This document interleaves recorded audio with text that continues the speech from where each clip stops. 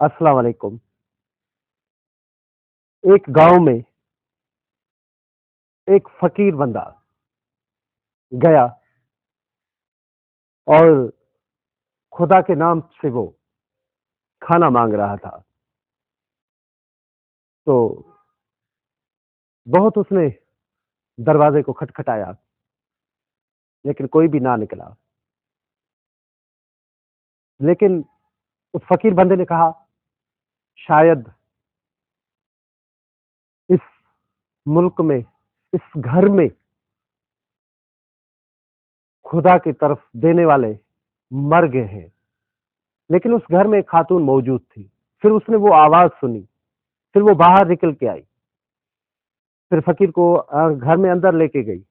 फिर फकीर को चारपाई पे बिठाया।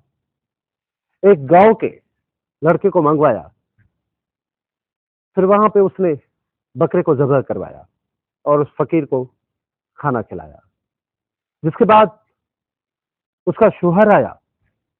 फकीर तो चला गया, लेकिन उसका शोहर आया, पूछने लगा कि ये बकरा कहाँ है। तो उस खातून ने कहा कि एक फकीर आया, मैंने वो बकरा उसको ज़बह करके खिलाया। लेकिन उस मर्द ने अपने बीवी को, घरवाली को तशद्दुद का निशाना बनाया था। बहुत मारा।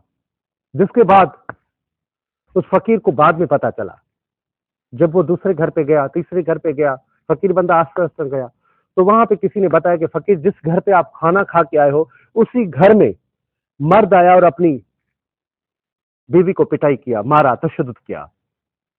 वो फकीर चला गया। जब दूसरे गांव गया, तीसरे गांव गया, तो फिर उसने किसी दरवाजे को खटखटाया। तो वहां पे एक खातून निकली। फकीर ने बोला, खाना मिलेगा? बोला, नहीं, खाना नहीं है, खातून ने कहा।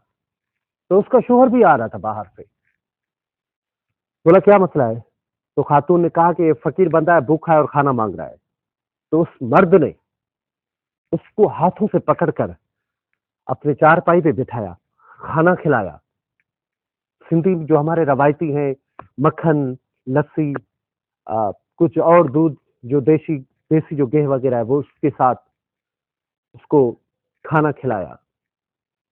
फिर वो फकीर मुस्कुरा के बोलने लगा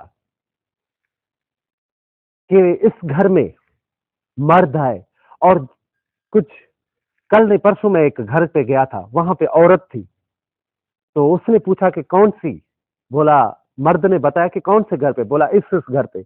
बोला, फकीर बाबा, ये मुझे फोन आया था, जिस औरत ने आपको खाना खिलाया था वो मेरी बहन है।